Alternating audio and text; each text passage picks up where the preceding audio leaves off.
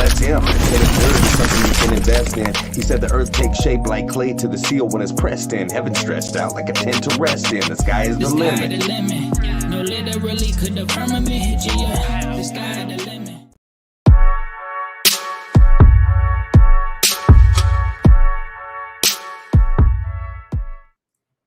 Hello and welcome to Kingdom of Context. I'm Sean. I want to thank you for joining us this afternoon. We're going to have on our previous guest, Will's going to come back and join me and tell us about the final experiment, something that he is a part of, and we're going to be talking about the details and everything involved in that. So thank you guys for being here. It should be a fun conversation. All moderators, thank you for being in the live chat. You guys are such a blessing, keeping everything civil. I'm hoping this live chat today will be civil, but you never know with this particular topic of biblical cosmology. Some people get really, really triggered. So as always, please don't ban anyone. Just put them in a timeout if they get ugly, if they start name calling or slandering or, just getting weird. But not if they just disagree. Keep them around if they disagree. If they don't like what I'm saying, that's fine. Let them get some exposure to it because this is how we all came to a different understanding. So thank you guys for being here. And big shout out to Lee Bochert. He won our $500 Father's Day gift card giveaway that we did yesterday on Lighthouse. So that was pretty exciting. And if you guys haven't already, go subscribe to us on Lighthouse. We're almost to 1,000 subscribers over there. All right, guys. So without further ado, let us bring on Will Duffy and let's learn a little bit more about the final experiment. Will, welcome back. Hey, great to be here. Thanks for having me back. Yeah, thanks for doing this again. I appreciate it. So let's get the elephant in the room out of the way. You submitted an apology video on your YouTube channel because you did lie to me last time you were here, telling me that you were not a part of this final experiment, but in fact you are. That's right. Okay.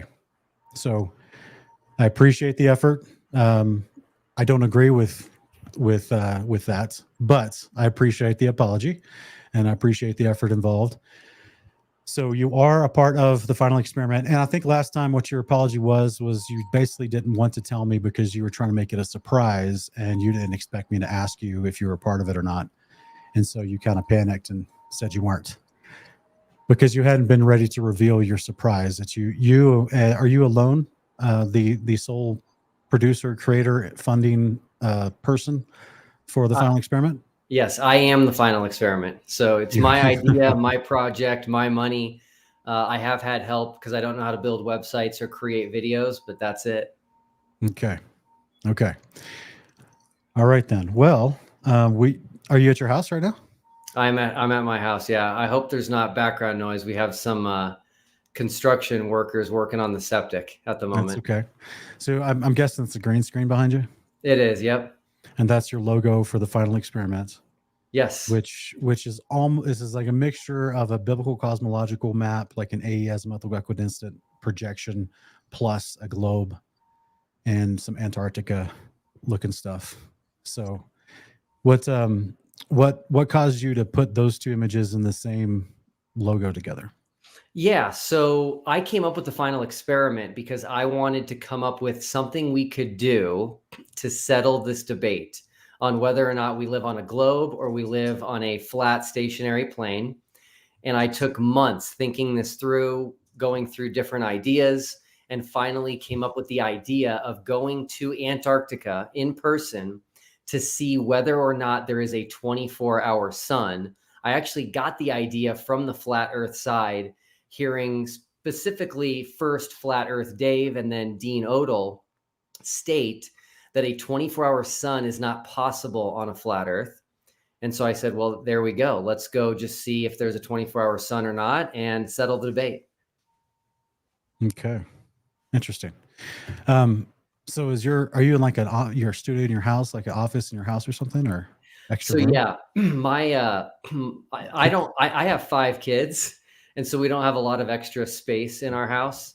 And my wife was like, if you're going to set up something, it has to be fully taken down after every single interview that you do.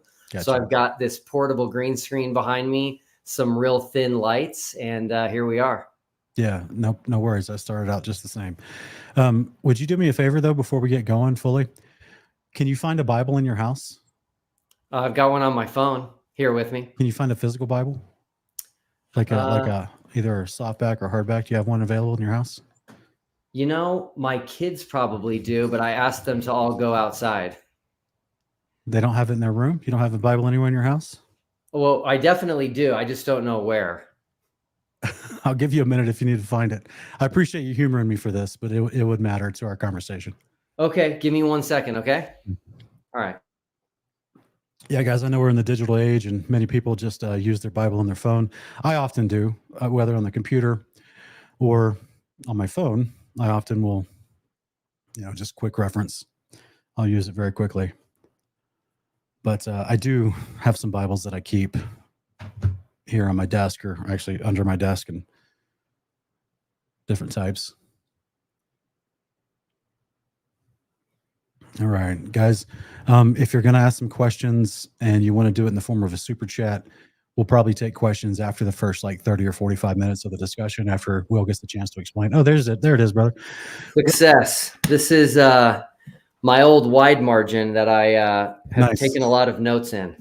Nice. Okay. Well, you did me a favor before we get going. I'm going to do this with you. Put my hand on the Bible. I swear to everyone watching and listening that all the information I'm giving is truthful to the best of my ability. I swear that all the information I'm giving is truthful to the best of my ability.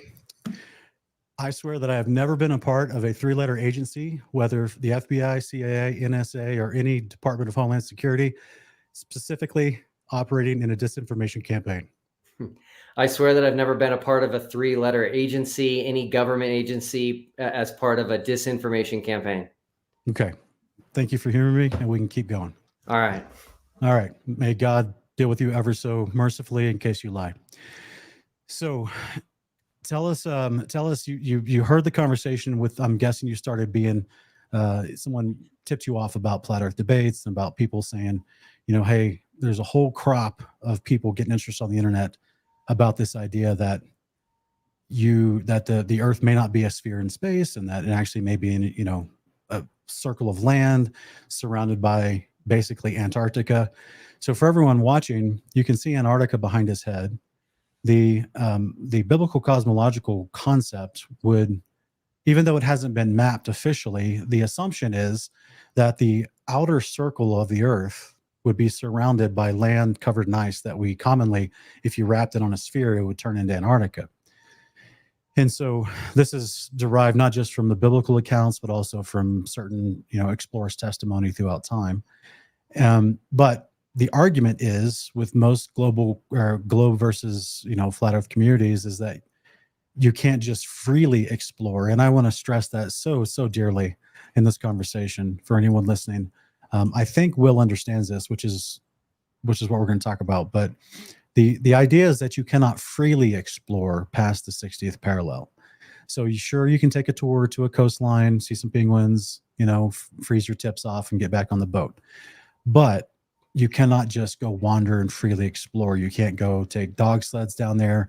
And if you try, there's a long system of permits that you got to go through, a year-long process, upwards near to $1 million in gaining access to those permits and approvals from multiple countries involved. So it's not just simply, I'm a resident of the United States and I'm gonna go down there to a United States territory area that's maybe governed by one of the US bases down there and just freely explore all day. You can't do that.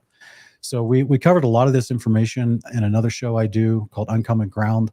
In our first season, episode 4, we went over all the requirements, as well as the Antarctic Treaty, the history of it, everything involved, and how difficult it would be for people to freely explore this portion of the earth, and how suspicious it seems that all these nations are rallied together in a treaty that's never been broken to collectively enforce this imaginary boundary and prevent the inhabitants of the world and all these nations from freely exploring down there without military approval or a specific guided tour to specific locations. So Will, which location are you trying to fund for a couple of biblical cosmological believers to go to? Yeah. So one thing is I originally thought it was going to be very difficult to get to Antarctica. And that's because I learned most of what I knew about Antarctica from the flat earth community, but it actually was a lot easier than I expected. There's actually many companies that take tourists there every year. And I was under the assumption you can only get there by boat, but there's actually multiple companies that fly kind of deep into Antarctica. So we're using a company called Antarctic Logistics and Expeditions, ALE for short. They've been flying people into Antarctica since 1987.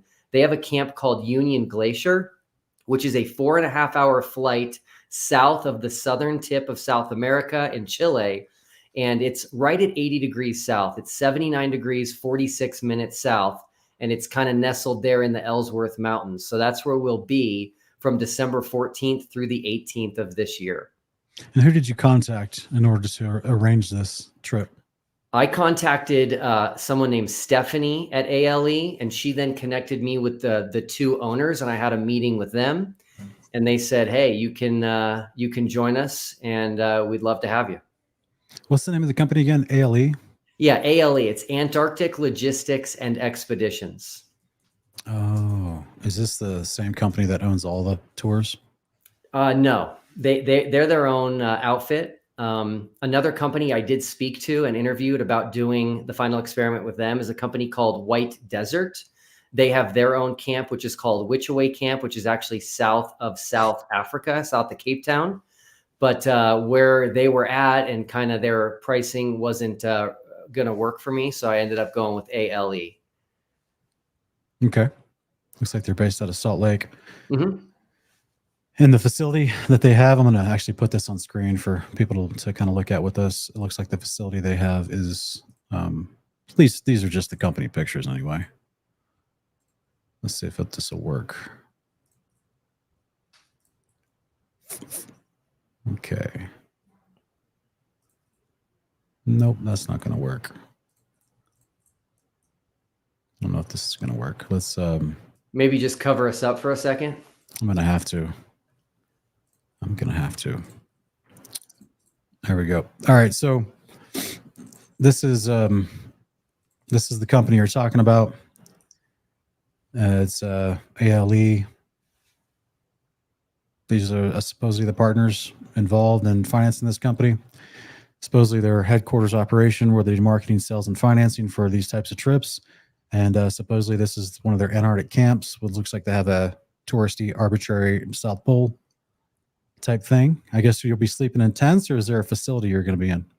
They have facilities there for eating and hanging out with everybody, but it's tents for sleeping, heated tents. That's okay. Union Glacier right there in the background. This is where you're going? That's where we're going. That's right. Okay.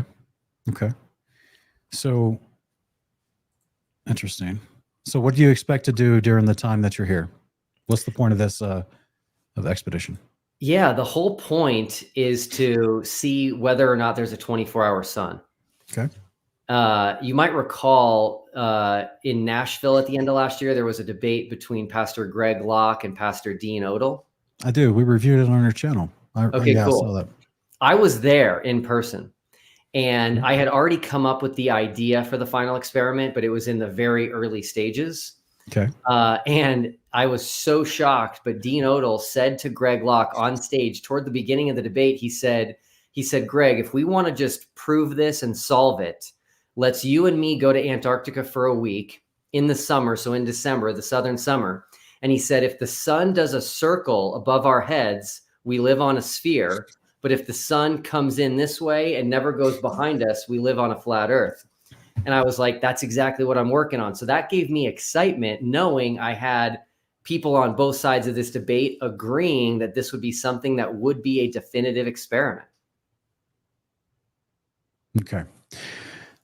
Yeah, that's the theory, right? Since no one has ever been able to how do I say this? No one's been able to document, if you will, one way or another. Now, we know that there's been videos released by official agencies, official government organizations that claim there's a 24-hour sun, but there's a lot of issues with the editing in those. It doesn't show definitive proof. There's actually been a FOIA request that some have submitted to actually get the full-length video, and they claimed in their response that they could not actually film 24 hours in total because of, for various reasons, come up with an excuse. So that also set off a lot of people investigating this issue to go, they should have the footage readily available. It should be probably already on PBS for 4 decades by this point. that you're, oh, this is a 24-hour sun. Here's a time lapse, and there's no cuts or edits, and here's the timestamp marker, and there's no cuts or edits, but they don't have that. So this prompts people to say, well, there must be something wonky, right? So for everyone watching, if you've never seen, like, if you can see behind Will's right ear is an FE top-down bird's eye view model of the circle of the Earth, with Antarctica surrounding the Earth and the oceans. So the idea is that according to Scripture, the sun goes through a circumference in the heavens. And so that's going to shine down, and it has 6 different gates that it moves throughout the year as it enlarges its circumference and then shrinks it again, which was what we would refer to as the seasons: summertime, wintertime. So as it gets to its larger gate circumference and circles around the greater distance of the circle of the Earth, then that's why the South American continents or the South Asian continents will have their summertime. And Antarctica has a sense of summertime down there also. But this is where the model that we've been taught, that we live on a ball flying through space, the sun's 1 million miles away, 93 million miles away, even though it supposedly is 120 years ago, they calculated it 22 million miles away. So, but yeah, supposedly we're in a totally different model that is contrary to the actual scriptures themselves. And so this is where the idea is that you should be able to see a 24-hour sun if you're at the bottom of a ball, so to speak, and with the tilt, with that 23.4 degrees tilt, that you should be able to see above the horizon a 24-hour sun. But no one's ever filmed it, even though we've had a presence in our Antarctica since the 40s. So you don't think that's odd, Will, that no one's ever filmed it?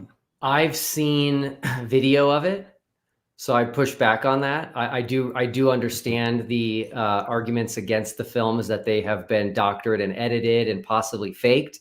But I have seen multiple film videos of the 24-hour sun in Antarctica. Oh, that's right. I'm sorry. I forgot in our first interview, you presented the blue marble from 1972 as an authentic photo. Yes, I did. Okay, so you're coming from a place of bias already. If you believe that's a real photo, then you probably will believe a government-released 24-hour sun video, which has proven edits inside of it. Like, they've actually shown, to the point where they did a FOIA request and got a response in accordance with an edited video. So you might want to research that, because I would hate for you to lose your money on this. How much money would you actually be putting up for 2 people to go down there? 2 people is around $65,000. Are you going to be one of the 2 people? I am not going to be one of the 2 people, but I might end up being a 3rd or a 4th. Where things stand is we did some polling to see who everybody wanted to represent the Flat Earth side and who everybody wanted to represent the globe side. Flat Earth Dave won the poll on the Flat Earth side, and he declined the free trip, even though he's been saying he would go to Antarctica to settle the debate. You must not. Flat Earth Dave, you mean David Weiss? Yeah, David Weiss. Okay. So have you ever watched any of his videos or done any research on him? Tons, yes. Really? So then why would you expect him to ever say yes? You know, he's like conspiracy theorist, true at the heart. He's never gonna like just randomly welcome into his life someone he doesn't know, trying to offer him into a very precarious and dangerous situation. What's dangerous? Okay. So here's the, I don't know if people you've spoken to previously about the final experiment have mentioned the obvious. The obvious is, if the biblical cosmological model is right, and we don't live on a ball flying through space, which the Bible says we don't live on a ball flying through space. So that's our hermeneutic premise here. So if that is the truth, which hopefully we believe it is because we believe the Bible, then that means the world has lied to us, and it's a collective lie amongst multiple nations, that they're heavily invested in the deception for various reasons, not just for financial theft and gain, but also for future deceptions that we've talked about on our channel. And many people theorize that is in accordance with the evolutionary deception, mix in with the heliocentric deception, and this is where they're going to lend into the alien deception, which they've been prepping for decades. So there's a long-standing reason why we have a long perpetuated lie by multiple nations collectively. So if that's the case, and just a couple of dudes going down to Antarctica could throw a monkey wrench in all that. You really think their lives aren't in jeopardy?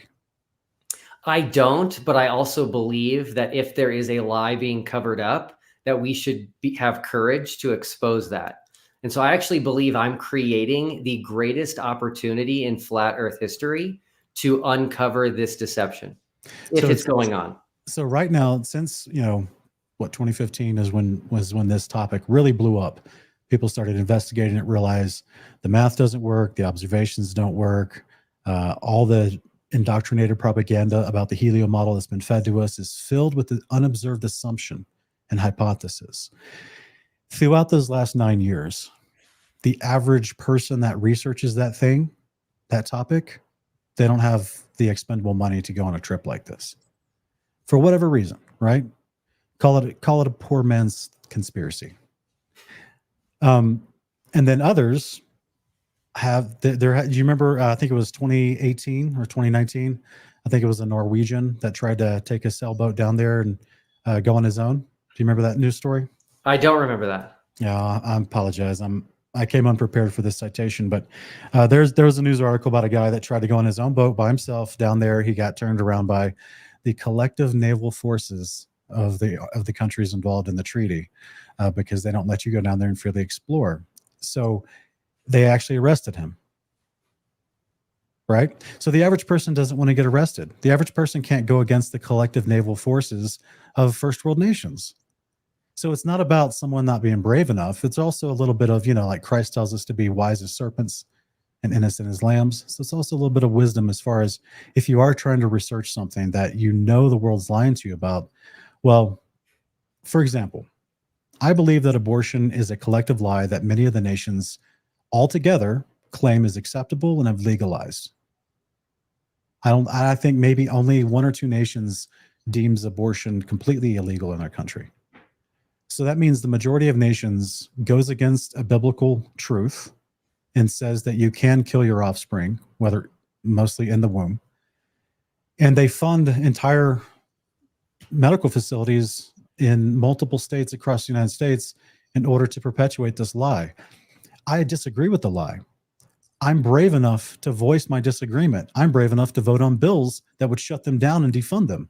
But I'm not brave enough to try to barge into their offices and steal all their private communications showing that they are selling body parts to different, black market vendors.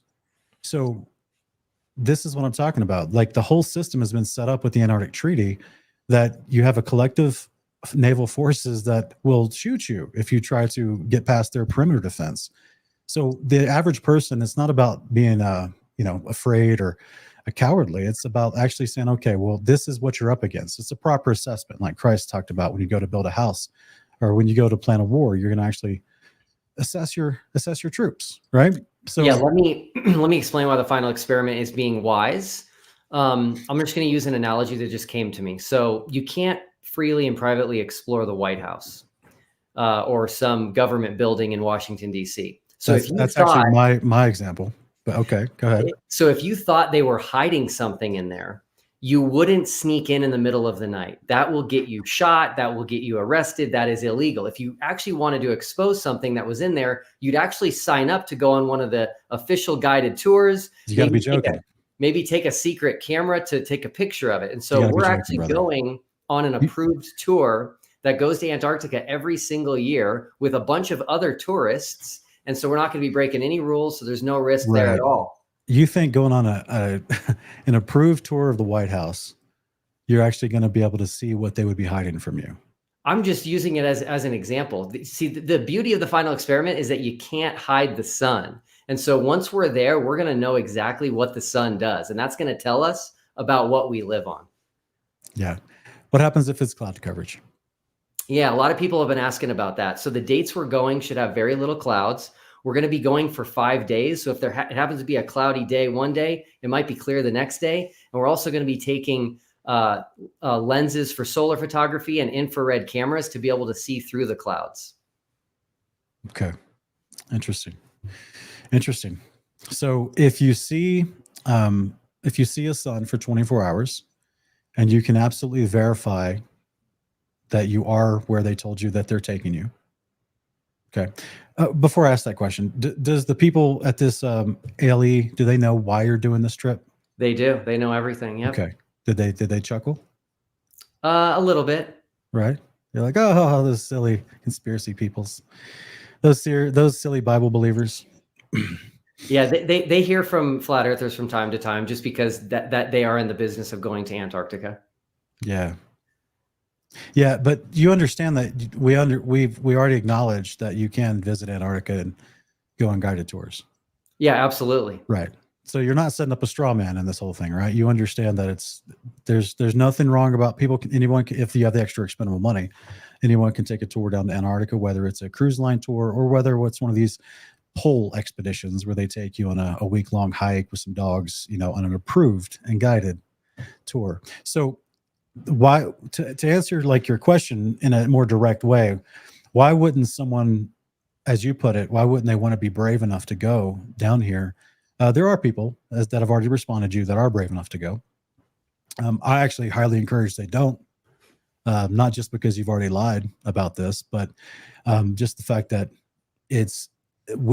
anyone that can research what's happening knows that if they actually somehow found proof and brought back proof, they would be in physical danger. I mean, this is not, you don't even have to get into the realm of conspiracy to be a sober realist about this.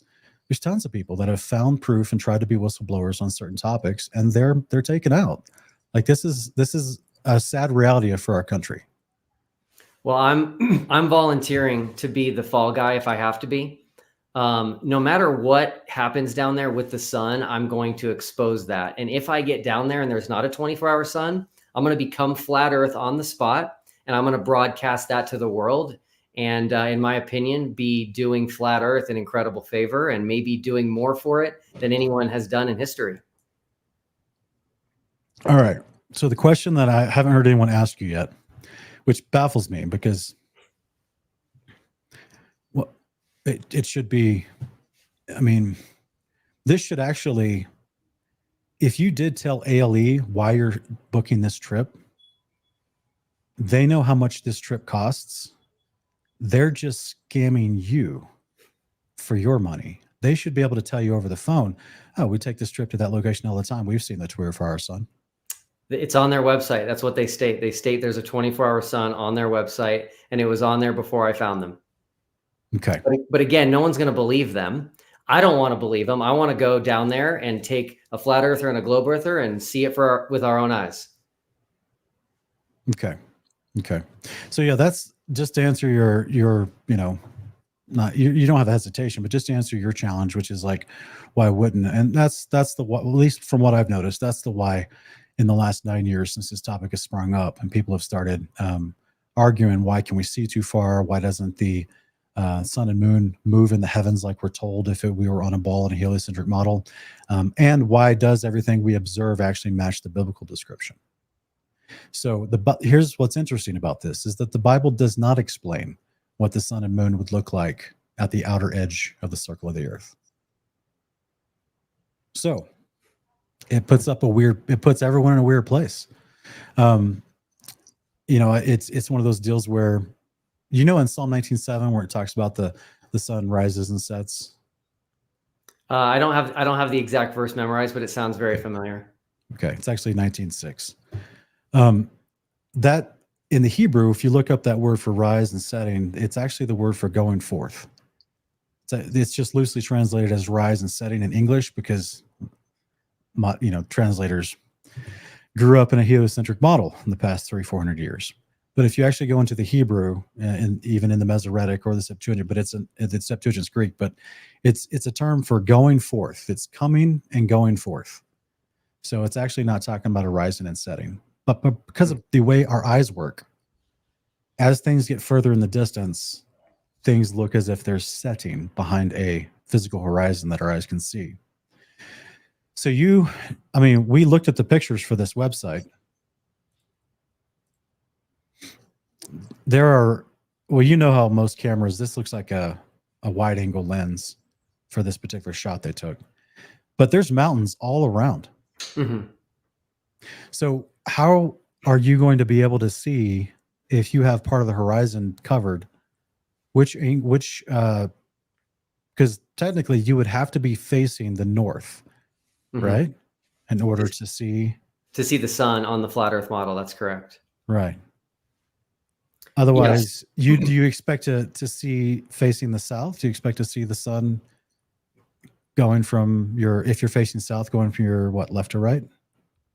Yes. So if the globe model is true, I expect the sun to go all the way around us, which means the sun would be south of us while we are in Antarctica, which I think is an impossibility on a flat stationary plane.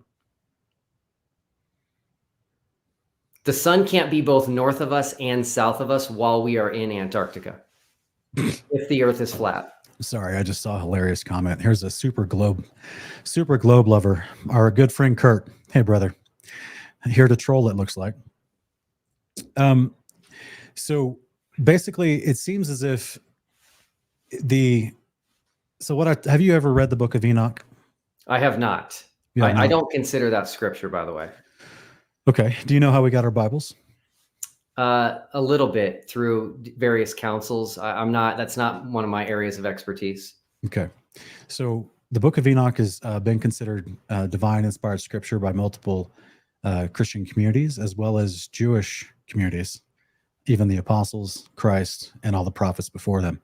It wasn't until the 1st century AD, a specific rabbi named Rabbi Akiva, he was the one that spearheaded an effort to remove 3 large books from the Jewish canon. And I'm using that term loosely because that's what it's commonly referred to now. And is Testament of the Patriarchs, Jubilees, and First Enoch. Those are the ones that Rabbi Akiva would threaten people to say, you're going to lose your share in the world to come. You're going to lose your salvation if you read these books. So in the book of First Enoch, it spends 10 full chapters giving you a breakdown about the sun, moon, and stars and how they move in a circle, a circumference above our heads in the firmament above. So this book is quoted, this book specifically is quoted by multiple apostles, Christ himself. Origen thought it was legit. All kinds of church fathers thought it was legit. The Ethiopians as a whole have thought it was legit for the last 2,000 years, and their whole Oriental Orthodox. So it's interesting to me. It's actually also validated, by the way, in also the Book of Jubilees and the Testament of the Patriarchs. Those other 2 books that Rabbi Akiva was like, get those out of here. So it's validated not just in those books, but in other outside literature in spades as divinely inspired scripture directly from the prophet himself, Enoch, which is, as we see Jude calling him a prophet in Jude 1:14. So if that's a prophet of God, whom his testimony about the sun, moon, and stars matches the testimony of the prophet who wrote Psalms 19, as well as Moses himself who wrote Genesis 1, who says the sun, moon, and stars are in a firmament. Enoch describes the sun moving through 6 gates throughout the year. Like I said at the beginning, as it widens its circumference of movement. And that it actually moves up and down as it does its circular path in the circumference of the heaven. So that's going to be an interesting concept. So what if the 6th gate is on the outer edge? Is it possible that it could still be south of you from the 80th parallel where you're going to be, since you're actually not very deep into Antarctica? I personally think 80th parallel is fairly deep, but here's the key. The key is we're going to be there for 5 days. And if the sun is visible in the sky all 5 days, just going like this over our heads in a circle, that is not possible on a flat stationary plane.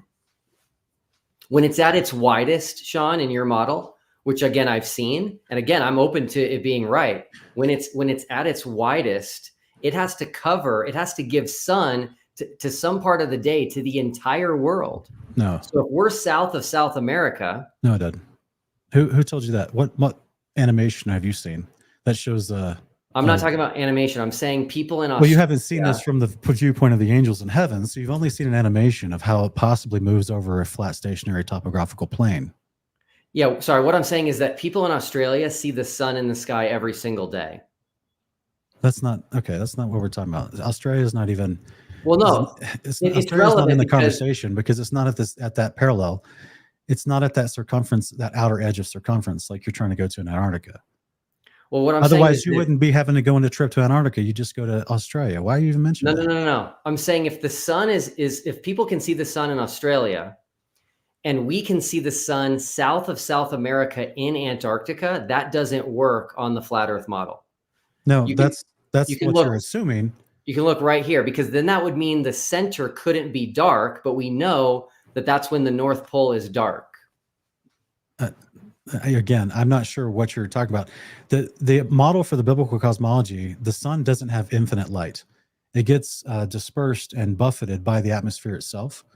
And so it doesn't spread light over for 24 hours. I'm not sure exactly what you're thinking. Could you try to explain that again? It doesn't sound like you're describing the model. What I'm very saying well. is that if we're here, right there, south of South America on the ice wall, Right. and we see the sun circling our head for 24 hours a day for 5 days in a row, how could the sun ever be over here above Australia? No, I understand what you're saying there. Yeah, Okay. this is the point of the experiment, but that's not what I said. Okay. So I said two things that I'm trying to get to help you clarify for people that aren't going to be able to go. Right? Great. Is the mountainous region that you're going to be in the middle of. So you're in a valley with mountains around you. Yep. Ellsworth Mountains. Yeah. Which blocks your actual perspective of a true horizon. All that matters for the final experiment is to be able to see the sun. And so if the sun is high enough, again, which I think it will be, we'll be okay. Again, so as the sun goes forth in the sky, further away from you, it's going to be blocked by the mountains left and right of you. Possibly. Okay. But you anticipate that you can face the north from this camp station and that you're going to see it just go around you. Yes, that's right. That's what you anticipate. Okay. Yes. If we live on a globe, that's what I anticipate. Okay. And you anticipate that if you capture video footage to the contrary, I'm guessing everyone's going to be taking plenty of cameras and batteries and be able to film for 24 hours straight. Yes, that's right. Okay. Maybe a time lapse setup or something like that. And you're anticipating that if you do come away with evidence that you don't actually see the body of the sun, but you do see a sun going from, as you face the north, you see a sun coming from your right, moving to the left, in and out of view. And then you might still see some ambient lights. Is that counting, or do you have to see the body of the sun the entire 24 hours? You'd have to see the body of the sun for the entire 24 hours. And I'll make it even harder on the globe side. It should be about the same size the entire time. Right. But yeah, because technically in their model, it also should be closer to the Earth and should have melted Antarctica already. Did you understand the elliptical nature of the heliocentric model? I do not. I have not researched anything on the size of the Earth, the speed of the rotation, heliocentric versus geocentrism. Well, why are you doing this, brother? I'm focused on shape because shape we can figure out first and then go from there. I'm not trying to be rude, okay? Look, I've seen you debate open theism and I was impressed, okay? You did your research on that. From our last conversation until now, you still do not know a lot about this topic. Okay, you're gonna force me to get the Bible back out. I want you to put your hand on the Bible and tell me that you are not a part of a secret society of any kind. Okay, here we go. I'm not a part of a secret society of any kind. Because this makes no sense to me that you would have the effort, the activity, and wanted to spend your extra money to fund a trip that you really haven't researched the details about the two competing models. Well, let me tell you something that will surprise you. I had a mentor. He was one of my best friends. He's no longer with us. He was my pastor. I actually took over his church. He started telling me that there's evidence of geocentrism. He is a man that I deeply respected. He's a man that was wiser beyond my years. And so when he said that, I said, you know what? That's something I need to look into one day. I just know that it's possible that if geocentrism is true, it could be true with a globe. And if geocentrism is true, it could be true with a flat Earth. So that's why I'm focused on shape first. I also know that if the size of the globe is wrong in the globe model, that doesn't change the shape necessarily. It just might mean the size of the shape is wrong. So I feel like I'm being logical here in what I'm doing. Okay.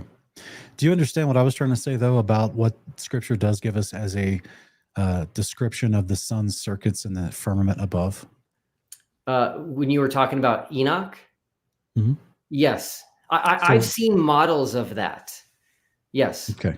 So what we don't know, because again, people can't freely explore, is we don't know how much, if the flat topographical stationary Earth that's enclosed by a firmament, that's the model that the Bible describes.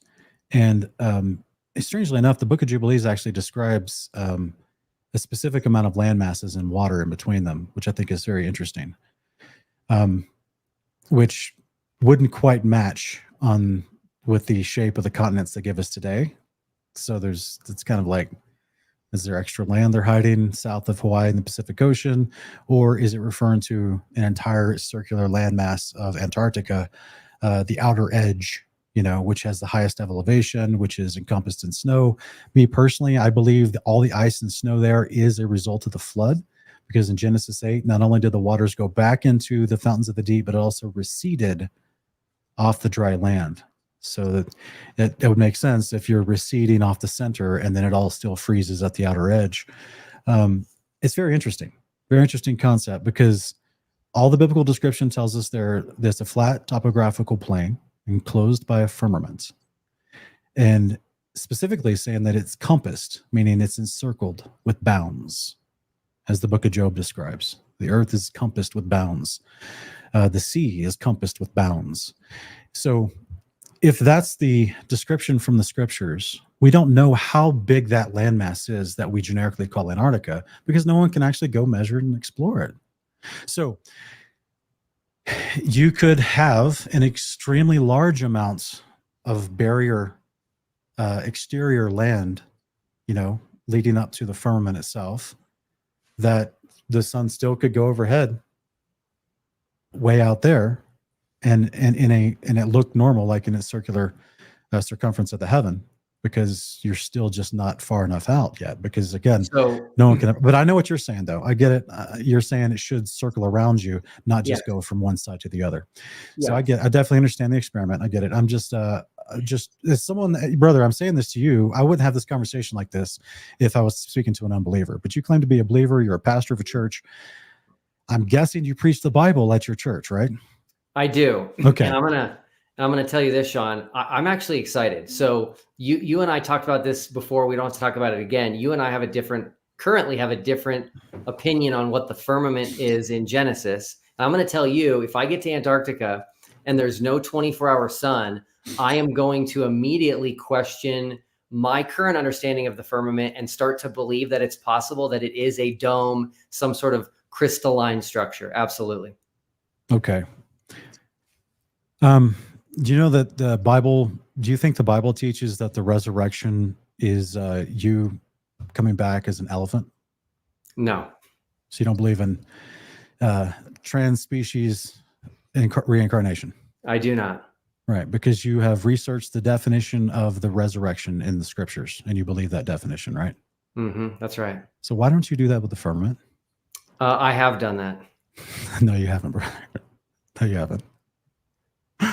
No, you haven't. How many people? What's it called in the Hebrew? Rakia. What's it called in the Greek? I don't know. What's it called in the Latin? I don't know. Okay. Genesis was written in Hebrew, so what it is in Latin and Greek is not that relevant, I don't think. Well, the Septuagint's pretty powerful testimony to history of Christian communities. So, okay. So let me ask you a quick question then, because one of the biggest reasons I wanted to bring you on is because you are a believer and a pastor. Okay. So it kind of, it baffles me, this idea when you have a pastor who says the Bible's truth, we should put our faith in God and the Son and expect salvation. We should sanctify our lives through discipleship. But then you want to take a concept mentioned over 500 times and ignore its application in Scripture. What concept is that? That's an enclosed firmament. I'm not aware of over 500 times. Well, because you don't know the definition of the firmament, brother. This is what I'm lovingly trying to share with you, because you haven't studied this part either, apparently. So I'm going to put this on screen for us to look at, and you can give me your opinion on this, okay? I'm trying to be super gentle with you, but this doesn't make sense to me. As someone that I've seen extremely studied on other topics, I'm a little baffled here on whatever, what you're doing. So this is Amos 9:6.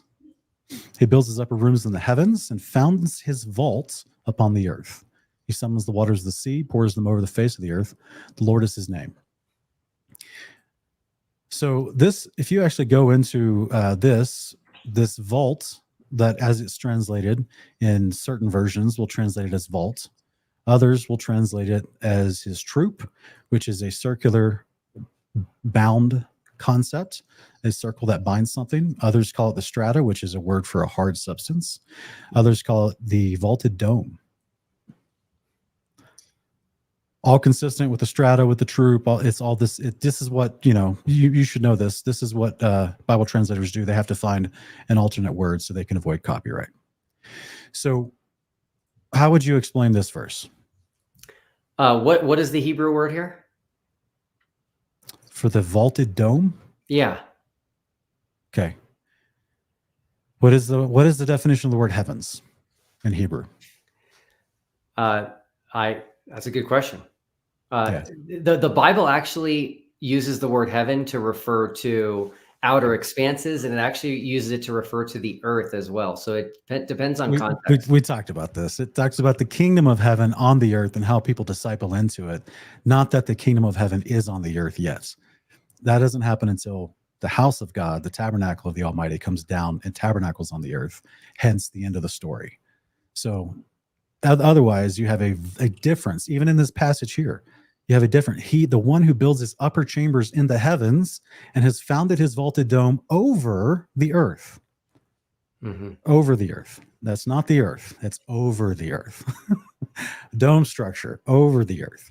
So you get down to the final experiment, if they actually let you go through with it and let you go. If you find evidence to the contrary of what's described in Scripture, how does that affect your life as a pastor and as a Christian? So just to be clear, are you saying I go to Antarctica and find a 24-hour sun, or I don't? If you go and see what you think is a 24-hour sun, mm-hmm. How does that affect your heart and your life as a Christian and a pastor? Well, it's going to affect, it's essentially I'm going to keep teaching the Bible as I've been teaching it, which is that we live on a globe. But I'll have more confidence in that, and I'll be able to better combat those who are trying to argue that we live on a flat stationary plane. It would affect me more if we don't find a 24-hour sun, because then I'd come back and say, hey guys, I think I have this firmament thing wrong. That would affect you more to actually promote what the Bible says? I can't look at the Bible and say something means, I can't interpret it one way when reality is the exact opposite. Ouch, bro. That is okay. And I'm going to give you an example of that, if that's okay. Please do. There's a king in Jeremiah, Shishak. And for the longest time, no one knew who this guy was, because we can't find anything about him. He's not written down anywhere. There's nothing archaeologically. There's like nothing historically about this guy. And so most Christians, including myself, respectfully, they've already found Shishak's tomb. Well, archaeologists have already found that. That's well documented. Okay, I think we're talking about a different person. So now, as a Christian, I'm going to say this. Okay, even though we haven't found evidence of this guy, the Bible has proven itself reliable historically, geographically, archaeologically. So I'm going to believe that this was an actual king. Well, they recently found out that his name is actually a cipher. And so it's essentially a code. And I forget what the name of the cipher is, but what it is you take the first letter of the Hebrew alphabet and you replace it with the last letter of the Hebrew alphabet. The second letter of the Hebrew alphabet, you replace it with the second to last letter. And so this Shishak guy in, I think it's Jeremiah 25, in Jeremiah 51 is actually a hidden code for Babylon. And so it's actually wasn't an actual king. It's referring to Babylon.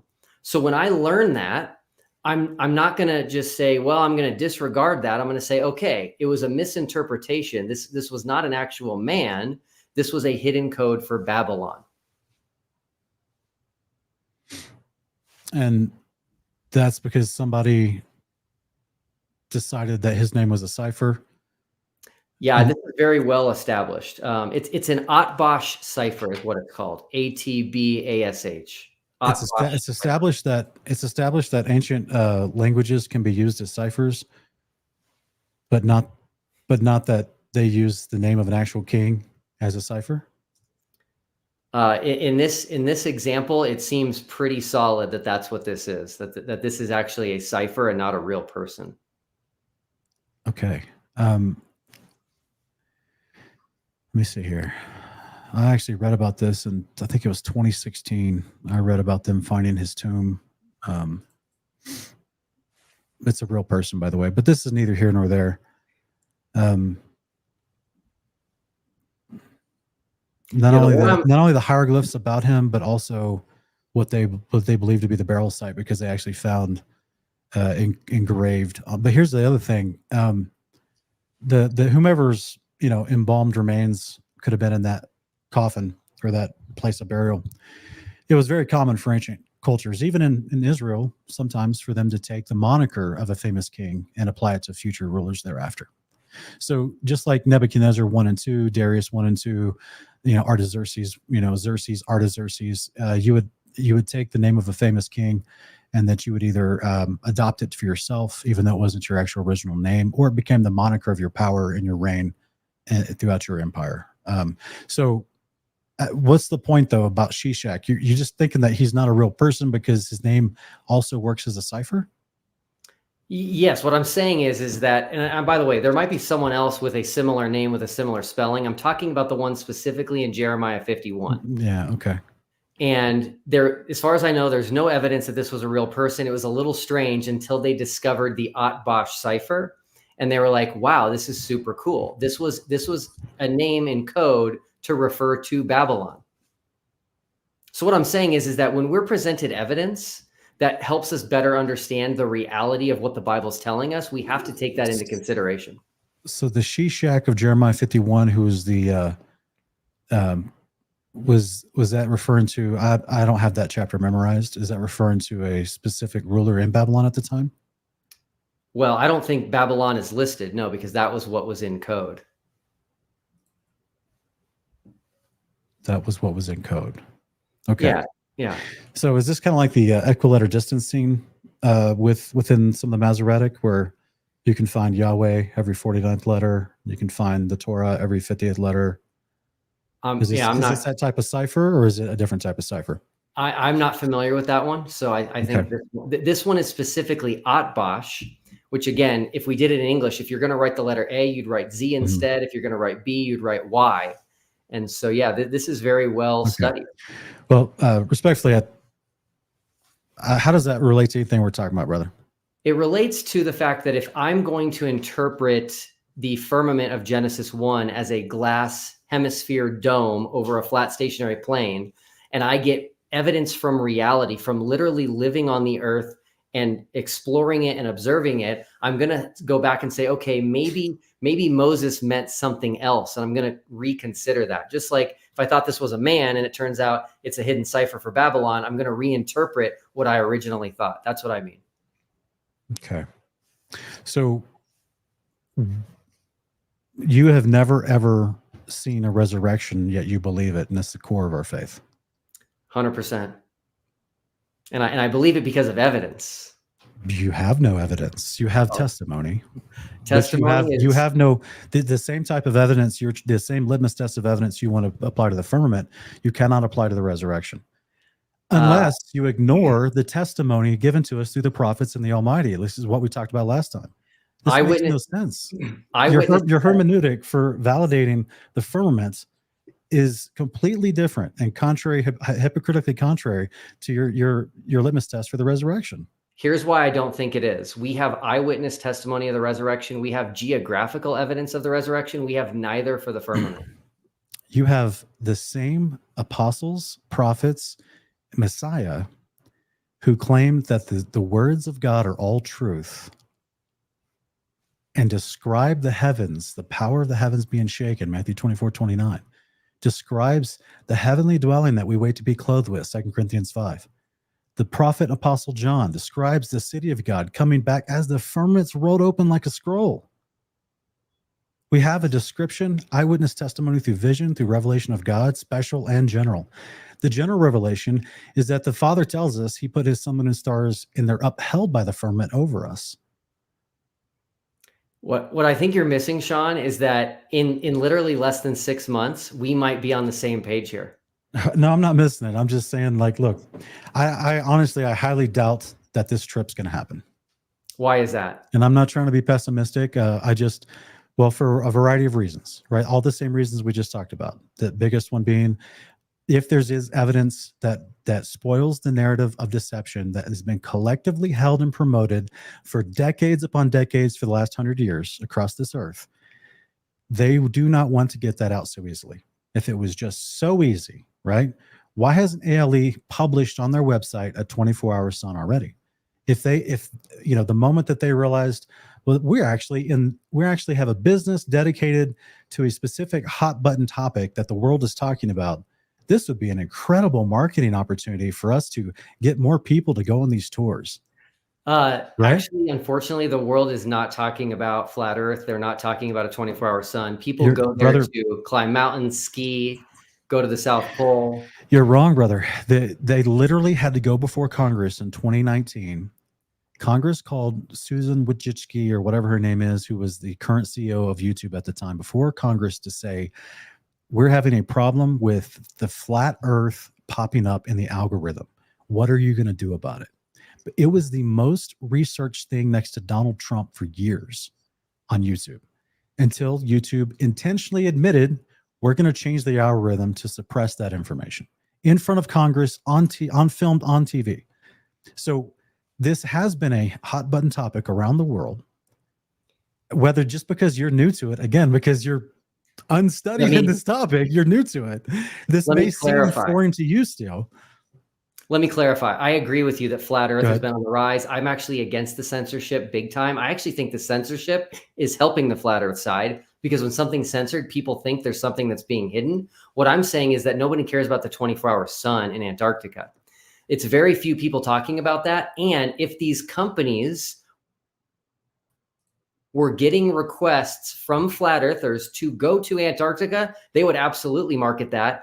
But Jaron Campanella said it best. He said, guys, listen, speaking to flat earthers, he said, we've been going at this for 9 years and not one single flat earther has even attempted to go to Antarctica. He's like, when are we going to get courage and just go? He's right. So guess what? You're welcome, everybody. I'm here. I'm taking you. I'm paying for it. Let's do this. Let's blow the lid off this thing, and let's actually make some progress, and let's start converting people once we show what they're hiding. Again, I tried to address that. There's a reason why a lot of flat earthers, for one, a lot of them don't seem to be willing, readily admitting that they have the expendable funds for this particular type of trip.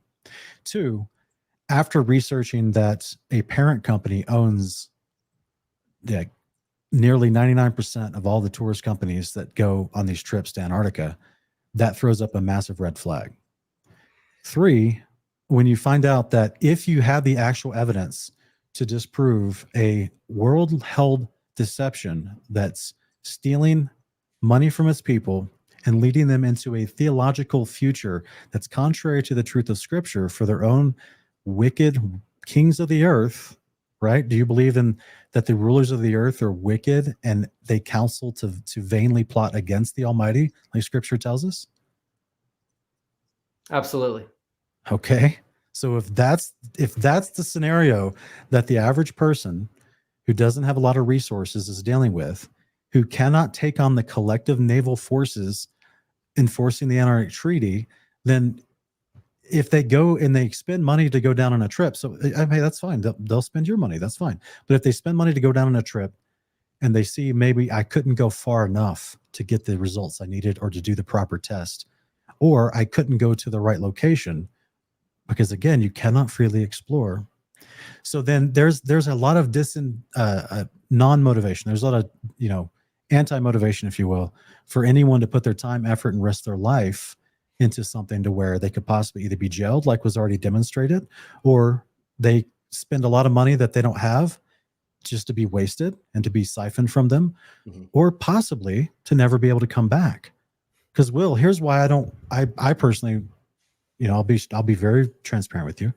I don't think that it's wise, knowing the world that we live in, knowing the kings of the earth who conspire to fool the nations with lies, because that's literally what we're in a spiritual battle against, as scripture tells us. And specifically this lie, which goes against so much of what the Bible talks about, that they have a strong vested interest to make sure this evidence never comes back. So, you talked in your interview with Jaron, you talked about the trip. They said that there's going to be quiet times from like 10 p.m. to 7 a.m. Is that correct?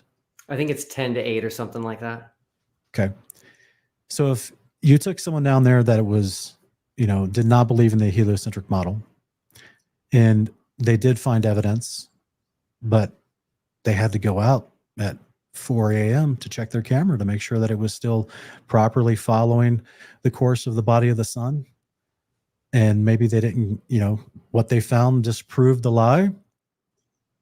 And then suddenly everyone's like, you know what? We couldn't find him. He went out during the hours we told him he wasn't supposed to go out. He never came back. He must have wandered off and fell into a crevice somewhere. We don't know. We can't go find him. They're not going to send out search dogs. They're not going to send out, there's no, mountain rescue team they can send out. Like it's not going to be the same situation. They'll just say, there's no way he can survive out there. He's gone. We got to go back home. Our trip's over. Yep. He knew the rules. He shouldn't have gone outside the parameters. This wasn't part of the guided tour. He went rogue, So like there's so easy. It's so easy for, even for you, say you're completely innocently trying to do this, and you even go on the trip and you're asleep and you just wake up the next morning and you're like, where's the guy that I brought with me? Oh, you know what? He did say he was going to go check his camera at 3 a.m. to make sure the battery was still working, because, batteries don't work really well in really freezing temperatures. So you got to change them out and make sure they're really charged quite often. And then all the, the camp and everyone in charge says, well, we don't know where he is. He must have never came back. So, Sean, I hope you realize this. I'm handing you a gift on a silver platter. By making this final experiment so highly publicized, if you guys are right, they're going to stop it. They're going to have the plane malfunction and not be able to take off from South America. They're going to prevent us from filming it. They're going to prevent us from coming back and telling the truth. And if that happens, you guys must be right. They don't have to. All the scenario I just gave you is so much simpler than that. Well, no, the scenario you just gave me means somebody didn't come back. That's pretty significant. No, it's not. It's simply everyone involved, not you, but everyone involved that's a overseer, part of the guided tour for this situation, just says he must have left when we told him not to leave outside of the facility. Mm-hmm. Maybe there was a little whirlwind that night and a little snowstorm kicked up and he just couldn't find his way back. He must be out there in the snow somewhere, but we can't go send rescue dogs for him because we're not equipped to do that out here. Yeah, if one of us doesn't come back, Sean, you've got something here. I'll give that to you ahead of time. Yeah, absolutely. So you're missing the point. The people that I know that might be volunteering for this, I hate for them to not come back and prove this wrong. I don't need a dead person to be proving what the scriptures so plainly say to me. I already got that dead and then resurrected person in Christ Jesus, who explains to us and validates the law and the prophets with everything he teaches. And what he taught was specifically his kingdom that he's going to rule over, which is his Father's house. It's going to come down through the firmament, and the powers of the heavens will be shaken. Isaiah 34, Matthew 24, Revelation 6, the firmament's rolled open like a scroll, coming down out of heaven to sit on the earth. So I get it, brother. We live in a world that wants to tell us all the time that the scriptures are fanciful, that they're myth, that they're made up by men, that they have no correlation with reality. This is the same world that's telling you it's okay to kill your unborn babies, to euthanize yourself, to take drugs until you're a zombie. The same thing that's telling you that you're not created, but instead you're just a purposeless, meaningless meat bag on a spinning rock headed for a 200,000 year supernova, that you have no purpose or meaning. This is the same world that is lying to you about the shape of the earth, which the scriptures already tell you. So this is why it's so hard for me. It's so difficult for me. And I'm glad that you want to have this conversation, because I think it is interesting that you are even trying to do this. I just think it's sad that there's so many pastors out there whom, when staring the scriptures in their face, they say, oh, I believe that the sun and moon stopped in Joshua 10, but I don't believe the rest of the Bible when it describes where the sun and moon is. It just breaks my heart. Breaks my heart. I'm just like, well, then how does the unbeliever look at us and go, are you consistent? You say that you're going to change your whole life. You're going to stop sinning. You're going to disciple after Christ, which is a sacrifice on many occasions. I've lost lots of personal friends and family in my dedication to live for Christ. And I have to trust that if I'm martyred horrifically, I'm going to be resurrected and glorified and given honor as I rule and reign over the nations in the resurrection. So I have to trust the story in the scriptures on why I'm dedicating my life. This blip of a breath that I have, 70 to 80 years, Abba willing 100 and 120, but I have to trust that my sacrifice to not do what I want and to do what he wants is going to be rewarded as he promises me through my resurrection to eternal life and my ability to live in his house with the Father and the Son. All of that is like a massive decision for the average person. And then they step into a church and they see the preacher saying, yeah, we believe in that resurrection stuff, but where the resurrection is going to take place, where you'll spend eternal life, and how all that's described, we're going to reinterpret that to mean something else. It breaks my heart, brother. I believe that we should be searching out God's creation, his wonderful creation. Antarctica, whatever shape it is part of God's creation. The sun is part of God's creation. So I'm going to go figure out exactly what the sun is doing on God's creation. And I'm an ally here. I promise you, if there's a cover up, I'm going to go ahead and expose it. But here's the cool thing. I have now shown the entire flat earth community that you can just pay to get to Antarctica. You can even go all the way to 90 degrees south.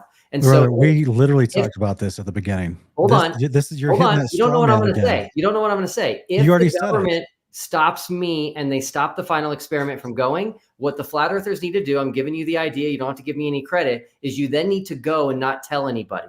Just go buy a ticket. Don't tell anybody who you are. Go to Antarctica. There's no one that's going to stop you. You're going to go on one of these guided trips, secretly film the sun, come back and show it to everybody. And man, I'll promote what you've done. Yeah. Yeah, no, I on that last point, even though the first thing I disagreed with was the fact that you said as if people who've been studying this model didn't know they can't just book a trip to Antarctica. They already know that. They do multiple hundreds of videos have been done about that. And all the reasons why it's extremely dangerous if you actually want to come back with information that spoils the lie, right?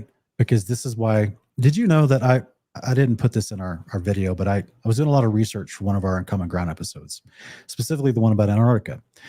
And the plane rides that are taken to McMurdo Base and to other destinations, Little America, things like that, they actually don't let you stand near the windows for like, I think it's like an hour and a half or 2 hours before you land. And you can't just like film outside the plane as you go the whole time. So why do you think that would be? I can't verify what you're saying is true. I'm not doubting you, but I'll tell you this. I've already requested window seats for everybody going with the final experiment. And if you're right, Sean, and they say, hey, all of a sudden we're changing our mind, the final experiment people can't have window seats, then I think you're onto something. But what I think you're going to find is that we're all getting window seats. We're all going to be filming outside the window. Okay. Yeah, like I said, this specifically was going to one of the deepest, furthest American military base. I think it's called McMurdo. And so all the windows were blacked out except for one, like where the door is where they enter the airplane. And then they made everybody sit down. This was a guy who went down there on vacation and filmed everything. They let him film, but he's just like panning around inside the airplane as they're flying. And then at a certain time, the pilot said, okay, you guys can get up and go stare out the window now. And then they had to go sit back down like a long time before they landed. It's not like on a regular airplane where they're like, hey, get out of the bathroom, we're about to land. You know what I mean? And it's just like 10 to 15 minutes before they actually do their final descent. A long time before they actually landed or got anywhere near the base, they wouldn't let them look out the window. They had a very small sliver of time during this flight to look out the window. And that was only one window, which was the door into the plane. All the other ones were blacked out. So it'd be interesting. I mean, I would hope that you guys could film that part of the process as well, as far as what type of plane you took, what the interior of the plane looks like as you go. If you can film out the windows, that'd be some great footage for your channel. I'm not saying that facetiously. I'm serious. Like, if you're trying to, validate every part of this, this is what that community is going to be looking for. Yeah, my goal is to bring back terabytes of data and video. So your wish is my command. Okay. Well, thank you. Yes, Mac. I think it's Mac. I already asked him that at the beginning of the show. I appreciate the super chat, but I already had him put his hand on the Bible earlier. Canadian Bacon is asking, I'm going to measure the Earth with a 4-mile long rope in water. The predicted Sagenta, when pulled tight and straight, is 2.67 feet in the middle. Check out the final measurement GSG. So awesome. I love that. Just make sure you get both sides doing it together. That's the beauty of the final experiment. Is I'm saying I'm encouraging collaboration so that there's no funny business going on. Both sides agree to the terms and how the experiment's being performed. Everybody should be doing experiments. I love it. Canadian Bacon, I'd ask you to say, how are you going to pull the rope tight to ensure that it's actually tight and that it's not just moving with the water, unless it's going to be hovering over the water, I'm supposing. Because you're saying a rope in water. So I'm imagining you're going to be hovering over the water. That way it's not affected by any motion. 4 miles long, that's either going to be over some sort of cove or maybe a pond or lake, or probably a lake. But yeah, I would say drop some more information on that type of experiment, because our brother Will here doesn't believe that water lays flat. So you're going to have to do a different test for him anyway. Oh, he says along the shore, 4 miles long. Yeah, well, they've already done, like Thomas is saying, they've already done laser tests that are like 14 miles long, but and they accounted for dispersion. Well, they did. So guys, if you have any questions for Will about this final experiment, drop them right now. We'll read your super chats out as well. Let us know what you want to ask him. You guys might have some better questions than I did. Honestly, they could take you to the destination that you claim. It may not look like the picture. Is this the destination that Mr. Beast claimed to go to? I think so. Yes. I think it's related. I don't know where he exactly was, but I released a video called Flat Earthers Need a Globe Geography Lesson. And that was after I went against globe earthers for not understanding the flat Earth. And that one shows how there will be no place other than Antarctica that we will be flying to. You can't get anywhere in a 4.5 hour flight from the southern tip of South America that's completely covered in snow and ice in all directions other than Antarctica. Not even close to true. Where could you go in a 4.5 hour flight from the southern tip of South America that's covered in snow and ice in all directions? Any place that they would take you that's close to the shoreline. It could be an adjacent island. I mean, there could be anywhere that's down in that weather pattern. As the weather pattern changes, you're flying at possibly 600 to 700 miles an hour at a specific high altitude with trade winds. You can make a lot of distance in 4 hours.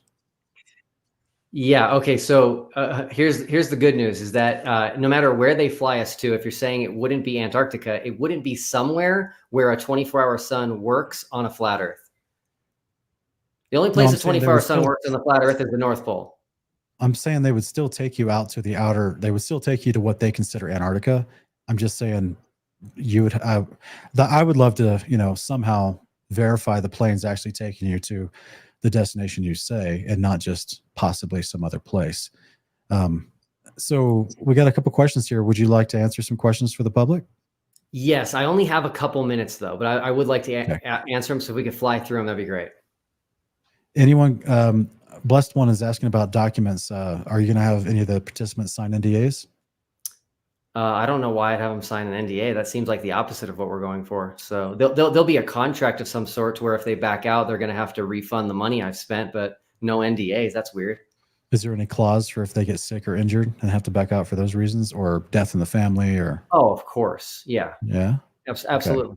Okay. But if everything's 5x5 and they're healthy and then they just back out because they don't want to go, you're expecting how much money from them? Whatever I lose. Whatever you lose. Yeah, it depends. If you back out ahead of time, you don't lose all your money. You lose like your deposit. But if I pay for the whole thing and all of that is lost, that's what they'd be responsible for. Have you already paid for the trips and deposits? I have paid deposits only so far. Okay. That's what people are asking about, verifying the location of where you're actually going. Guys, this is why I was trying to ask him this.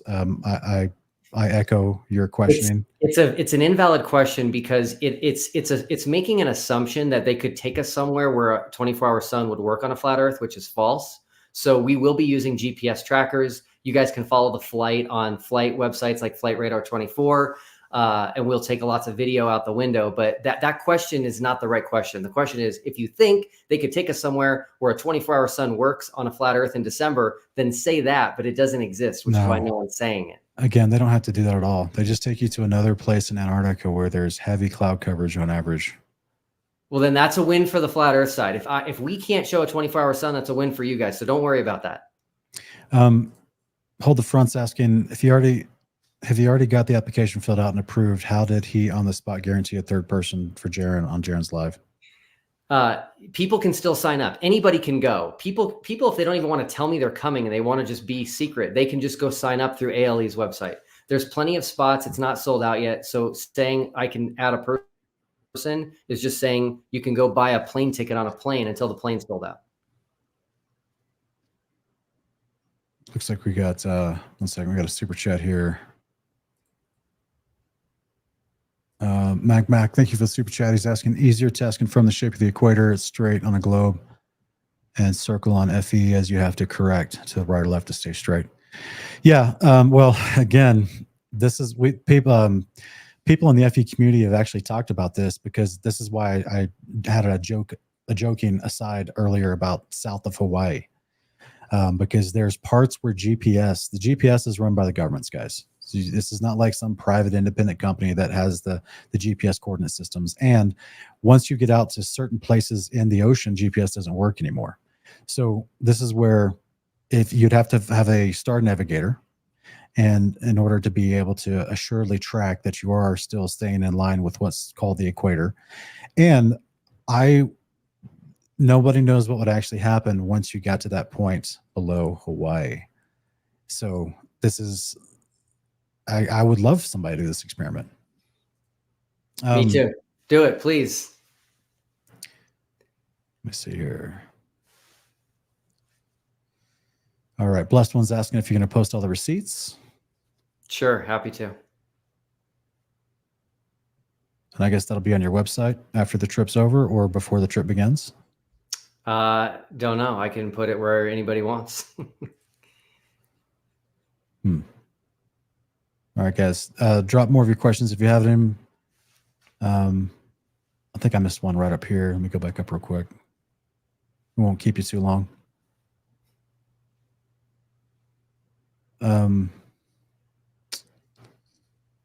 Do you know Kurt Oster? Do I know who? This guy. No, never heard of him. He's right about what he said. Just kidding. Yeah. He's definitely on the globe side. He's a staunch advocate for the indoctrination, we're all told. We love you like a brother, Kurt. Let's hope that you come to the truth someday, brother. All right, so we got one more question here. Thank you, Ron Boston Bear, for the super chat. He says, since we have 6 months till the trip, should we spend some time looking into the missing motion and curve measurements with this kind of vigor and smiles? Also, there should be time to research the firmament more deeply.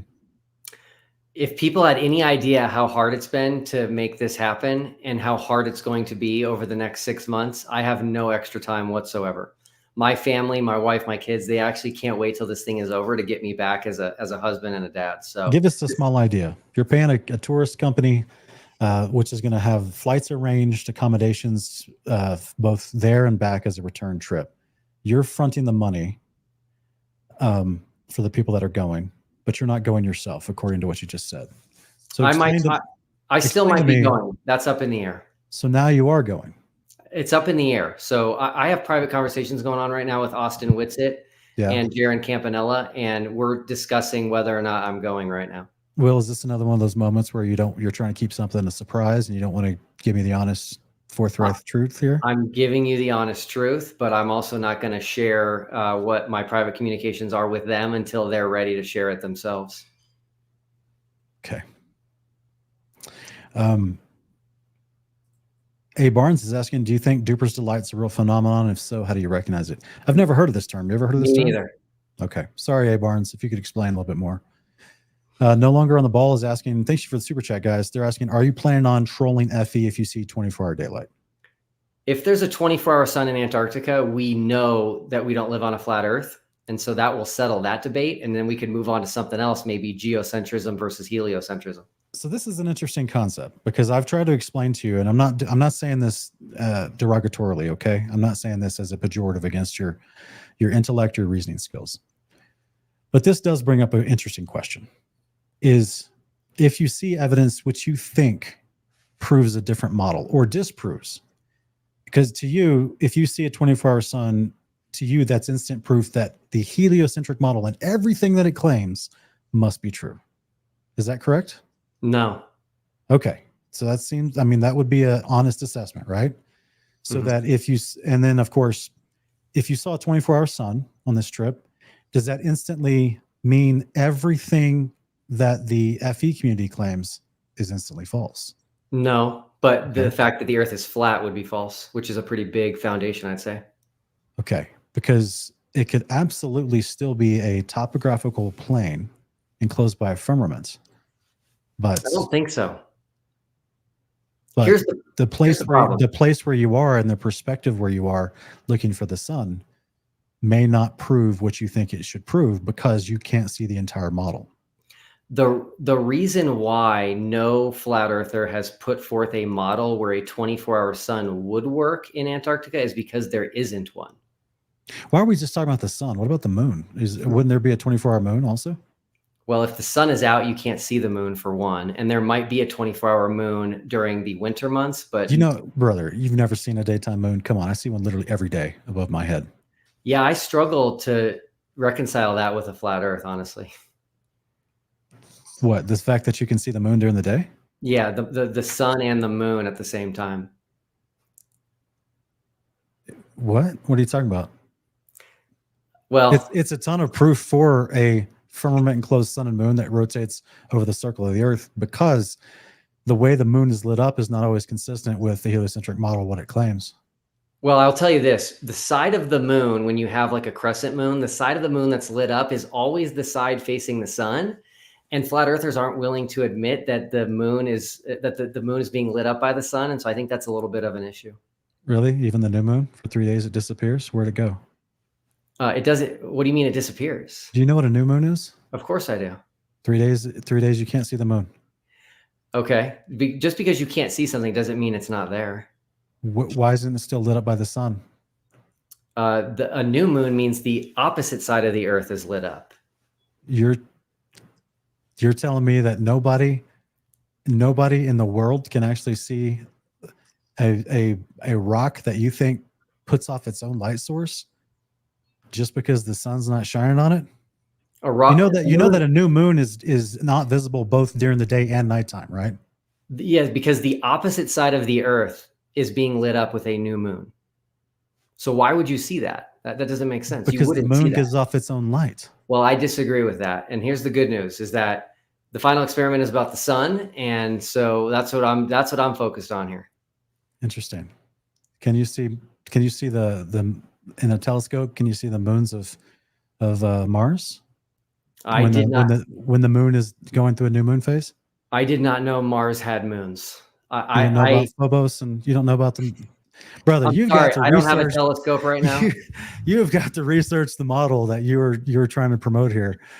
Thank you for the super chats, guys. I appreciate that. I think that's the last one we received, and I'll let you go. Okay, Will? I appreciate it. Thanks, guys. Thanks, brother. See you next time. Bye-bye. Okay, that was Will Duffy with the final experiment. And I'm not sure what to say. I hope he's not getting swindled for his money. I can't imagine why. Imagine being the company. Imagine being the company that's taken this tour, his money for this guided tour. And they claim on their website, oh, we got a 24-hour sun down here, but they're not showing you pictures of it, no videos of it. Think about how many people film the Arctic in the north. They film the Arctic 24-hour sun, and they just put it up all over the YouTube channels, and they put it. It's on government sites. And think about all like it's a cool thing, right? Like it seems amazing, right? They'll put a camera on a tripod with a 24-hour time lapse, and they have this like special motorized tripod that tracks the sun and follows it and turns the camera to get you the 24-hour time lapse. So you can do that. Like they do that all day long. But yet we've never seen that done in the South. We've never seen that done. This particular ALE company, they don't have, like, no one's ever gone on all the trips they've supposedly facilitated for tourists to go down there and ski and hike and do everything within the vicinity of their base camp. They've never had anyone bring any pictures back of a 24-hour sun. Never. Specifically in the last 9 years, knowing that this particular conversation is worldwide, one of the most researched things on the internet. To me, that's the company telling you, like, yeah, we'll just take your money and you'll just have to figure it out when you get down here. If it doesn't turn out like you like, you'll just have to figure it out when you get down here. Like, what if we called that company and said, hey, we would like to schedule a trip during this coming December. I'd like to schedule a trip with your company to your base camp in Antarctica in order to, I'm an amateur photographer and I literally want to observe the 24-hour sun. Can you promise me that you see it from your, otherwise I'm going to need a refund, because this is the whole purpose of why I'm going. Will they promise you, will they in writing give you a contract that says if you don't see the 24-hour sun, not due to cloud coverage, but if you just don't see the 24-hour sun like they promised, then they'll give you a refund? It'd be interesting to ask this company.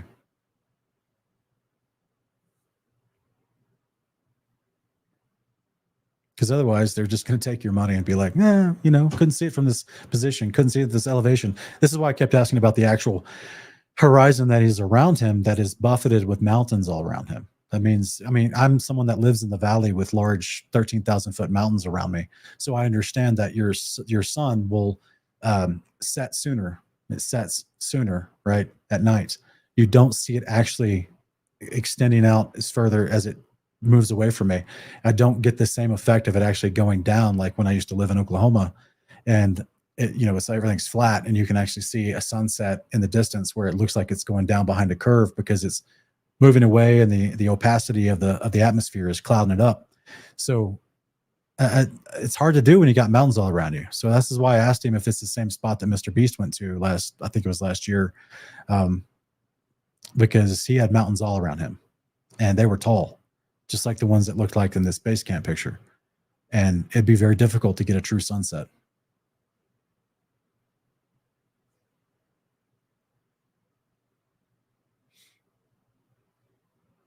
So Mustard Seed said they watched a video about Antarctica camping there and that it went dark at the 10-minute mark. But Mustard Seed, can we verify that it was actually during their summertime when it's supposed to be 24 hours? That's the big question.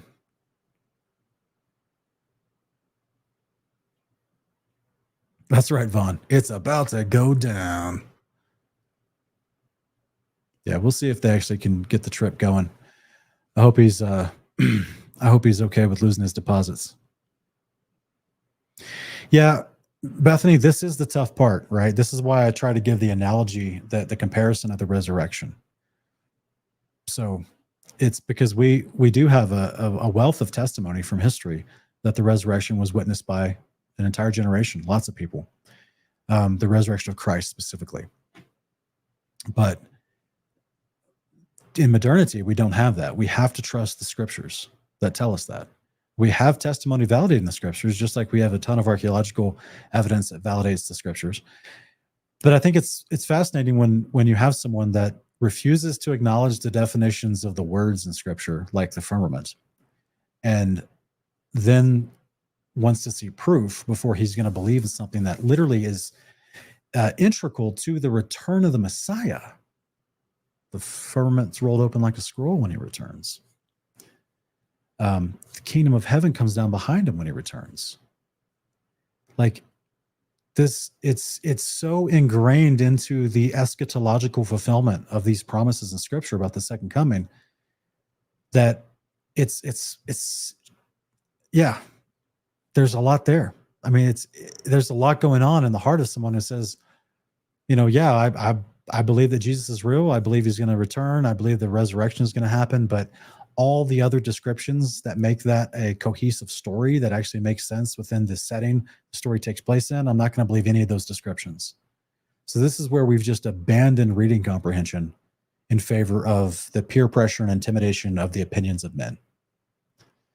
And so if you got to have proof that you claim is proof, which apparently the idea of proof itself, which is an idea of an enclosure that must be filled with gas pressure that upholds the sun, moon, and stars in a circumference, rotating circumference above us, that is not proof to his opinion. He wants to knock on the actual crystalline firmament, to which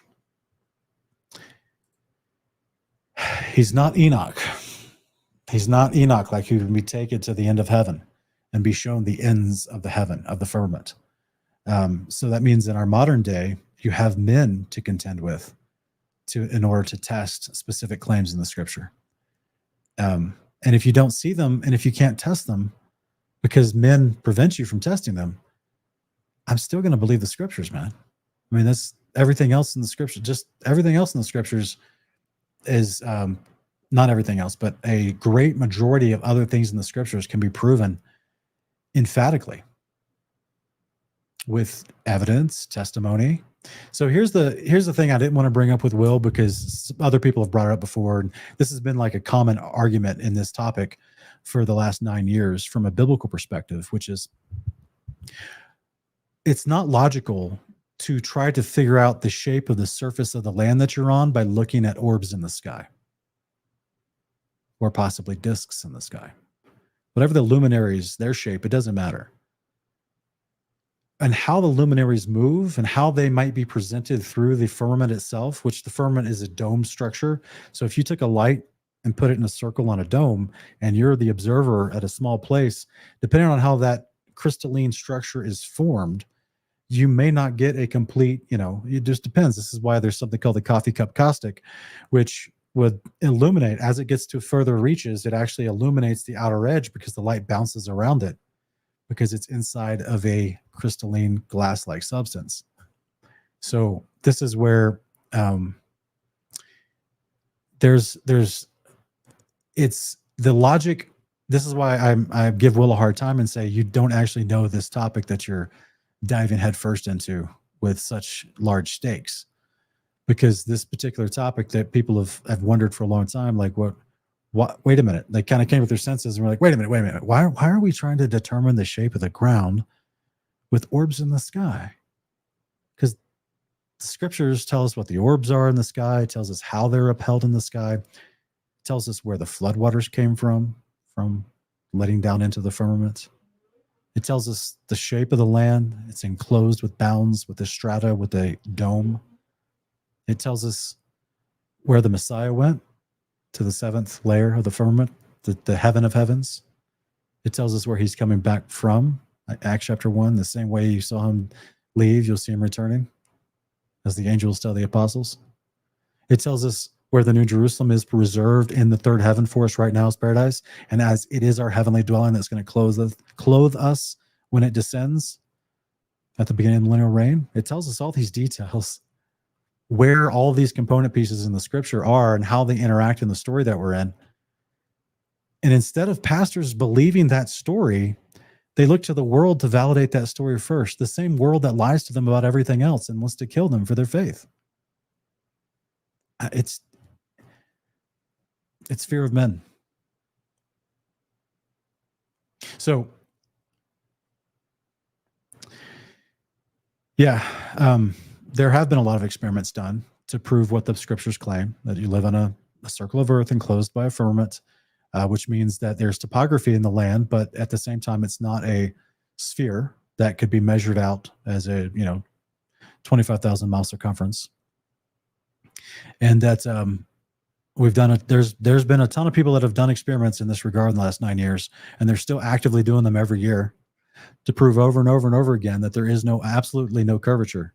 So I don't need to look at the presentation of a light source, because, by the way, the gaseous sun that we've been presenting in the heliocentric model, that's not what the Bible describes as the sun. It says it's a luminary, it's a light source. It's not a nuclear fission perpetual ball of burning helium and hydrogen that somehow has oxygen to keep ignited, which there's no oxygen in space, but whatever. So that's not what the heliocentric model claims anyway. Neither is the moon. So it's very interesting how when you really dig into this topic, because it's a big topic, the more and more evidence pops up for what the Bible has been saying this whole time.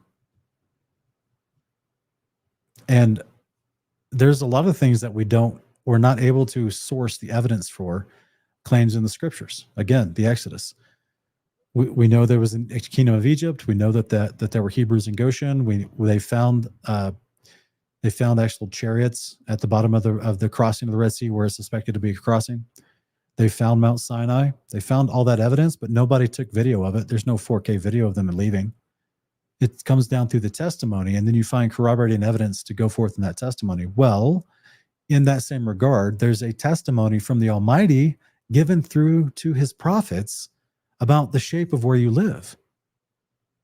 And that testimony is corroborated by us going out through the general revelation of the world that we exist in and experiencing the world and how it was created. We see it with human interaction and the testimony of the Almighty, and tells us how to behave so that we have blessing, that love is perpetuated within our human interactions. We see it within our financial interactions with each other. We see it within our governmental structures. If we apply the truth and the wisdom from the scriptures from the Almighty. And then in the same regard, we see it in the creation around us. We see that it matches the biblical description. It's a topographical plane. The bounds of the oceans they're compassed with bounds. So it's like, and the sun, moon, and stars are upheld by the firmament, the heaven, which is a structure. And that structure, as when we get, the ancient literature of the ancient Israelites, you get a more detailed description. That structure actually is described as having the structure above us, the firmament. It's not just one singular dome with that see-through. The structure itself has compartments in it. It has the floodgates in it. It's got multiple layers, and there's different compartments in each layer. We can't see all the way to the other layers because, I don't know if anyone's ever worked with certain types of materials, but you can put together different layers of not completely translucent materials, and they act differently as far as what it lets you see through the different layers. Magicians use this all the time with mirror tricks and how they present information that's not directly in front of you, or it's hidden behind certain things. The military has even invented a cloaking. It's like a stained glass window, but when people step behind it, they're completely cloaked. And you see through the material as if the person's not standing behind it, and you see the wall behind them as you saw it initially. So if we can make that on the ground with plastic, think about what the Creator made with multiple layers of this amazing large firmament, and firmaments, 7 in total, that all work together so that the lights in that firmament shine down upon the heavens.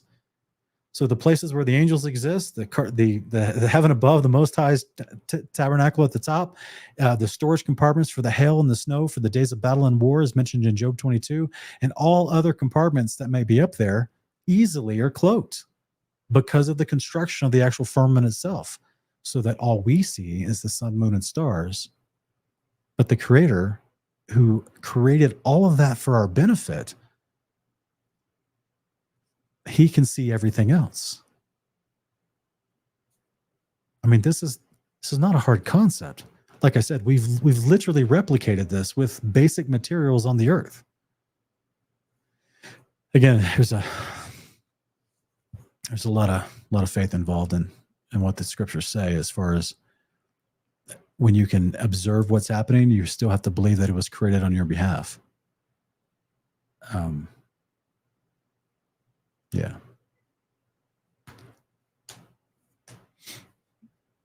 Hunter Stetton is asking, was the Uncommon Ground model ever completed? Yes. It was completed as much as possible. And in fact, I still need to go pick that up from our brother down in Denver.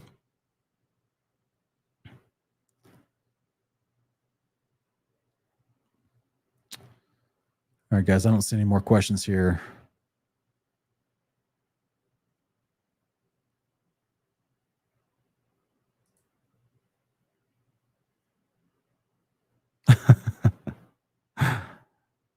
Military vets saying we can all go for free if we join the military. But brother, how do you know you're going to be stationed down there? I don't think that's a guaranteed thing. P.S. It's not the book of Enoch that says that. It says that in the Wisdom of Solomon. I believe it's chapter 24, verse 17. I think that's in 24:17. I hope that's the right address. Wisdom of Solomon 24:17.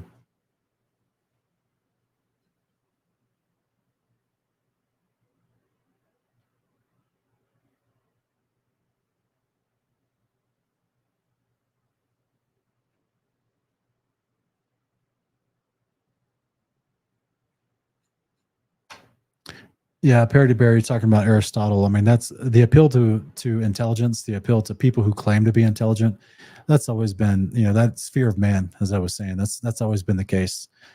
Men throughout history have done that. Like that's the whole guru concept, right? Of someone who claims to be, they claim to have it figured out with whatever specific topic they focus on, and other people follow them, thinking that they are the superior intelligence, even when they're being led into a death cult, which I think Aristotle was. Aristotle's not. I'm thinking of actually a Plato. I think Plato's association with the serpent cult of Pythagoras during his day, about 600 BC. Everyone thought Plato was wise, but he was a part of a serpent cult, along with Pythagoras. Yeah, military vet. The problem is the volunteering with the military. Are they also going to redirect your volunteering efforts? Because to my knowledge, not everybody can volunteer and go down to Antarctica to the bases down there. You have to be selected. There's a vetting process. Actually, I ran into a janitor, of all things. I ran into a guy that was a janitor at one of the bases in Antarctica, and he was telling me that I didn't. It was a long time ago, and I wasn't in this mindset, and I didn't think to ask him about the 24-hour sun. So it's my missed opportunity back then. But he was telling me that he goes down there for like 3 or 4 months a year and just is busy the whole time and hardly ever goes outside for anything. And but he's like a janitor at one of the bases down there.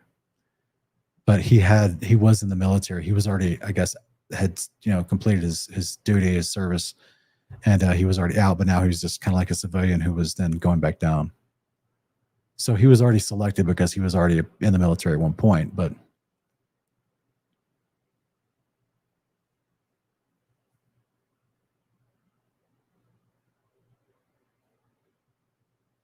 no longer a ball. That's actually in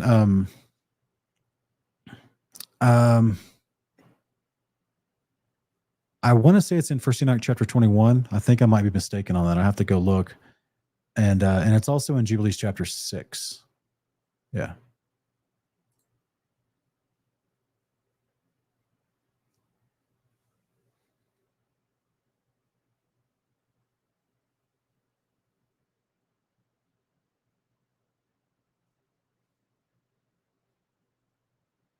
All right, guys, that's it for today. Thank you so much for joining us for this special live stream. I'm still in talks with Michael Toon. We're trying to get it set up for next week, and that's I hope that one goes as civil and in such a civil manner as it does with Will. He definitely does not have a good disposition towards people who believe in biblical cosmology, but we're going to have him on hopefully to foster a good conversation anyway. And so yeah, but. And I'm picking up the Hebrew series this week, as well as some other things we got. So appreciate you guys being here. Thank you all for the super chats. If you haven't already signed up and are watching us on Lighthouse, why not? It's a better platform. So go check it out.